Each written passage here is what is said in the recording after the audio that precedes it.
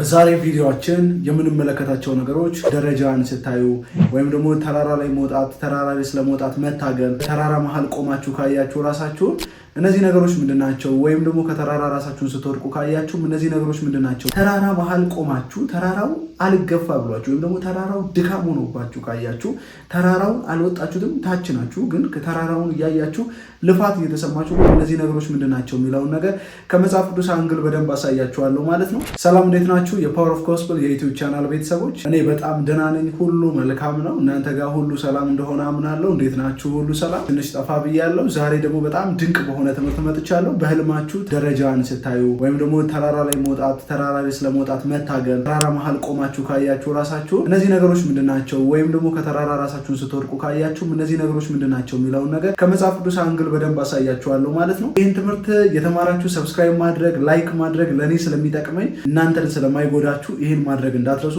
ኮመንት ላይ ደግሞ የትኛውንም ጥያቄ እንድጠይቁኝ ኦፕን ነኝ፣ መልስላችኋለሁ። በኮመንት ሴክሽን መልሳለሁ ወይ በቪዲዮ መልስላችኋለሁ። ወደ ትምህርቱ እንቀጥላለን። የመጀመሪያው ተራራ ላይ ስትወጡ ካያችሁ ወይም ደግሞ ተራራ ጫፍ ላይ ደርሳችሁ ካያችሁ ተራራ በመጽሐፍ ቅዱስ የስኬት ምልክት ወይም ደግሞ የስልጣን ምልክት ሆኖ ታይታላችሁ። ዳዊት እንደዚህ አለ፣ ዓይኖቼን ወደ ተራራው አነሳሁኝ፣ ረዳቴ ሰማይና ምድርን ከሰራ ከእግዚአብሔር ዘንድ ነው አለ። ተራራ የሚለው ጉዳይ ተራራ ከስልጣን ጋር፣ ተራራ ከስኬት ጋር፣ ተራራ እዛ ታይሙ ላይ ከነበሩ ፖዚሽን ካላቸው ሰው ጋር ሲያገናኘው ወይም ደግሞ አቅም ያላቸውን ሰዎች ዳዊት ሊጠቅስ ሲል ዓይኖቼን ወደ ተራራ አነሳሁኝ አለ። ስለዚህ ተራራ የሚባለው ጉዳይ የክብር ጉዳይ ወይም ደግሞ የስኬት የሰክሰስፉል ጉዳይ ነው ማለት ነው። ስለዚህ ተራራ እየቧጠጣችሁ ስትወጡ ካያችሁ ወይም ደግሞ ተራራ ላይ እየወጣችሁ ካያችሁ ወደ ስኬት ወደ ስልጣን እግዚአብሔር ወዳየላችሁ በረከት እየወጣችሁ ነው ማለት ነው። ተራራ ጫፍ ላይ ደርሳችኋል ማለት ደግሞ ያን ህልም ካያችሁ ደግሞ እዛ ስፍራ ላይ ደርሳችኋል። ህልማችሁ ግባችሁ ላይ እግዚአብሔር እያደረሳችሁ ነው፣ አድርሷችኋል ማለት። ስለዚህ እዛ ቦታ ልትገቡ ነው፣ በቃ ጫፍ ደርሳችኋል ብለው ኮንፈርም እያደረገላችሁ ለዛ ነገር እግዚአብሔር ምላሽ እየሰጣችሁ ነው ማለት ነው። ስለዚህ እኒህን ነገር ስታዩ ምላሽ እየተሰጣችሁ እንደሆነ በደንብ እንታስቡ ፈልጋለሁ። ስለዚህ ተራራ የሚባለው ነገር ከስፒሪቹዋል ከፍታ ጋር አንዳንድ ጊዜ ደግሞ ይገናኛል። ኢየሱስ ክርስቶስም ሙሴ ጋርም የተለያዩ ነቢያትን ካያችሁ ከተራራ ጋር ውሏቸው ተራራ ጋር ሲሆን ታላችሁ። ሌላው የእግዚአብሔር ክብር የቅባት ጉዳይ ጋር የተገናኘ ሊሆን ይችላል። ሙሴን እግዚአብሔር ሊያናግረው ህብረት ሊያደርገው ሲፈልግ ወደ ተራራ ውጣ አለው። ህግ ሊሰጠው ሲፈልግ ወደ ተራራ ውጣ አለው። ስለዚህ ሌላኛው ደግሞ ምንድነው ካላችሁ እግዚአብሔር ህይወታችሁ ላይ ያለውን ብሌሲንግ ሊያስለቅቅ፣ ቅባት ሊያስለቅቅ፣ ክብር ሊያሳያችሁ ሲፈልግ ከተራራ ጋር የተገናኘ ነገር ሊያሳያችሁ ይችላል። ቢኮዝ እግዚአብሔር ብቻችሁን እፈልጋችኋለሁ እያላችሁ ነው። እግዚአብሔር ብቻችሁን እፈልጋችኋለሁ እያላችሁ ነው ማለት ነው። እኒህ ነገር ካያችሁ ከመንፈሳዊ ህብረትም ጋር የተገናኘ ነው ማለት ነው። ኢየሱስ ክርስቶስ ሊጾም ሊጸልይ ህብረት ሊያደርግ ወደ ተራራ ወጣ ይላል። 40 ቀን ተራራ ሊጾም ወደ ምድረ በዳ ወጣ ይላል። ስለዚህ ከመንፈሳዊ ከፍታ ጋር ከመንፈሳዊ ዳይሜንሽንም ጋር የተገናኘ ነው ማለት ነው። እኒህ ነገር ካያችሁ ኢየሱስ ክርስቶስም ሙሴንም ወደዚህ ተራራ ሲወጡ ታያላችሁ ማለት ነው። ሌላው ደግሞ በደረጃ ስትወጡ ካያችሁ ደግሞ ደረጃ ምንድነው መንፈሳዊ ዓለም ካላችሁ ደረጃም ደሴም ፌሎሺፕ ነው። ደረጃውን የሚለየው ግን ፕሮሰስ ነው። ለምሳሌ ትክክለኛ ረጅም ደረጃ ስትወጡ ካያችሁ ፕሮሰስ ያለው ለውጥ ህይወታችሁ ላይ እየመጣ ነው ማለት ነው። 1 2 3 4 እያላችሁ እየሄዳችሁት ያለ በፕሮሰስ ነው። ግን ወደዛ ነገር የምትሄዱት ግን ደግሞ እየሄዳችሁ ነው፣ እየቀጠላችሁ ነው። አይዟችሁ በርቱ ትደርሳላችሁ እዛ ቦታ ላይ እያላችሁ ነው።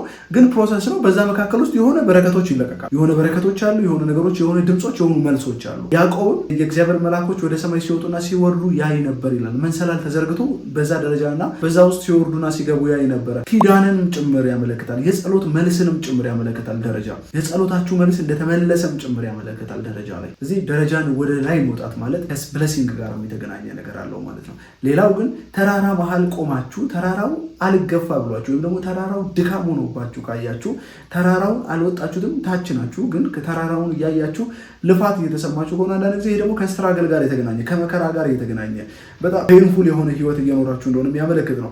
ለዚህ ነው አንተ ተራራ በልጄ በዘሩባቤል ፊት ምንድን ነው ሲለው ታዩታላችሁ። ስለዚህ ምንድነው አንተ ተራራ በዚህ ልጄ ዘሩባቤል ፊት ደልዳላ ሜዳ ሁን አለው። ስለዚህ እንዳትሄዱ የሚያደርግ ገደብም ጭምር ሊሆን ይችላል ማለት ነው። ተራራ ሂድ እግዚአብሔር ገደቡን ሲያፈርስ ታያላችሁ። በልጄ ፊት ምንድነው ተራራ ሲለው ሲያናግረው ታያላችሁ።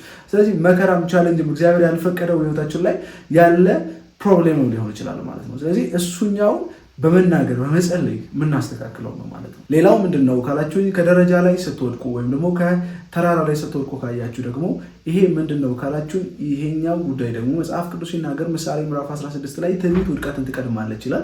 ስለዚህ ቅድም እንዳልኳችሁ ዳዊት እንደ አይኖችን ወደ ተራራ አነሳው ሲል ስልጣን ነው፣ ፖዚሽን ነው፣ ስኬት ነው፣ ሰክሰስፉል ነው ብያችኋለሁ አይደል? ከዛ ጫፍ ላይ ስትወድቁ ካያችሁ ያ እግዚአብሔር የሰጣችሁ ቦታ ላይ በትክክል ሃንድል እያደረጋችሁት አይደለም፣ ወይም ደግሞ በትክክል ሃንድል እየሆነ አይደለም። ስለዚህ ልትወድቁ ትችላላችሁ እያለ ነው። ማንም የቆመ መስለው እንዳይወድቅ ይጠንቀቅ ስለሚል እግዚአብሔር ቃል። ስለዚህ እግዚአብሔር ካወጣችሁ ከፍታ እግዚአብሔር ከሰጣችሁ ፖዚሽን እንዳትወርዱ ተጠንቀቁ እያላችሁ ነው መንፈሳዊ ዓለም። ተጠንቀቁ፣ በጣም ቢ ኬርፉል እያለ ነው ታዲያ። ስለዚህ ትዕቢት፣ ኩራት የሚባለው ነገር በጣም የሰዎችን ውድቀት የሚቀድም ነገር ነው። ከውድቀት በፊት የሚመጡ ነገሮች እነዚህ ናቸው። ትዕቢት፣ በራስ ላይ መመካት፣ በዘመድ ላይ መመካት፣ አሁን ባላችሁበት ስልጣን ላይ መመካት፣ በሰዎች ላይ መመካት፣ ስልጣን ካላቸው ሰዎች ጋር በመጠጋት መመካት፣ ትዕቢተኝነት፣ ኩራት፣ ከኔ በላይ ማንም የለም ማለት፣ ትህትናን ማጣት፣ ሀምብልነት ማጣት፣ እነዚህ ነገሮች ቀድመው ከውድቀት በፊት የሚመጡ ነገሮች ናቸው። እኒህ መጥቷል ማለት ውድቀት ግዴታ ይመጣል። ግዴታ እዚህ ትዕቢተኛ እንዳትሆኑ ትሑታን ሁኑ ሊል ሰማይ ሲፈልግ እንደዚህ አይነት ነገሮችን ሊያሳያችሁ ይችላል። ሌላው እምነት ማጣት አንዳንድ ጊዜ ይጥለናል። ጴጥሮስን አይታችሁታል። የማይቻል መንገድ ጀምሮ ሲሄድ የማይቻል መንገድ የማይመስል መንገድ ላይ እየሄደ ምን እንደሆነ አይታችሁታል አይደለ? መስጠም ሲጀምር እምነት አጣ። የነፋሱን ኃይል አየና ከዛ ወየው ጌታ ሆይ እያለ እየሰጠም እጁን ዘርግቶ አወጣ። ስለዚህ እምነት ማጣት፣ በእግዚአብሔር ላይ መደገፍ ማጣት፣ በእግዚአብሔር ላይ መተማመን ማጣት፣ በራስ ጉልበት መሄድም እዛ እግዚአብሔር የሰጣችሁ ፖዚሽን ላይ በትክክል መቀጠል እንዳትችሉ የሚያደርጋችሁ ነገር ነው ማለት ነው። ስለዚህ እዚህ ነገር ላይ በጣም እግዚአብሔር ላይ ዲፔንደንት እንድትሆኑ በህይወት እግዚአብሔር ይፈልጋል። በህይወታችሁ ዘመን ሁሉ እግዚአብሔር ላይ የተጣበቁ ሰዎች እንድትሆኑ ይፈልጋል። እኒህ ነገር ካደረጋችሁ ላይፋችሁ ላይ በጣም ብዙ ነገሮችን ማምጣት ትችላላችሁ። እዚህ ደረጃንም መውደቅ እንደዛ በፕሮሰስ ያመጣችሁት ጉዳይ በነገራችን ላይ ተራራን ስታዩ ተራራ ዝም ብሎ ደረጃም ዝም ብሎ አይወጣም፣ ልፋት ነው። ለመውደቅ በጣም ቀላል ነው። በነገራችን ላይ በ10 ዓመት ያመጣችሁትን ቅባት በትንሽ ነገሮች ልናጣው እንችላለን ካልተመለስን። እግዚአብሔር ተው ካለን ነገር ካልተመለስን በዚህ ነገሮች ልናጣው እንችላለን። ስለዚህ በጣም ጥቂት የሚመስሉ ነገሮች ከዛ ነገር ሊጥሉን ይችላሉ። ትዕቢት፣ እግዚአብሔር ላይ መኮፈስ፣ እግዚአብሔር ላይ እንትን ማለት፣ በኃጢአቱ ኮርቶ መቀጠል፣ ኃጢአት እየሰራ የኃጢአት ልምምድ ውስጥ እያለ እዛው ልምምድ ውስጥ መቀጠል መቻል። እመናችሁ መላመናችሁም ይጥለናል። እንጠንቀቅ። ስለዚህ እንጠንቀቅ እንዳለ ጳውሎስ ማንም የቆመ ይመስል ይጠንቀቅ እንዳለ በመጠንቀቅ የምታሸንፉት ነገር ነው ይሄ ማለት ነው። ተባረኩልኝ፣ ወዳችኋለሁ። መልእክቱ ከተባረካችሁበት ሰብስክራይብ ማድረግ እንዳትረሱ። ሌላው ይሄን መልእክት ለብዙ ሰው እንዲደርስ ሼር አድርጉት። ላይክ ማድረግ፣ ሰብስክራይብ ማድረግ እንዳትረሱ። ተባረኩልኝ፣ ወዳችኋለሁ። ጋድ ብለስ ዩ። እግዚአብሔር ከእናንተ ጋር ነው።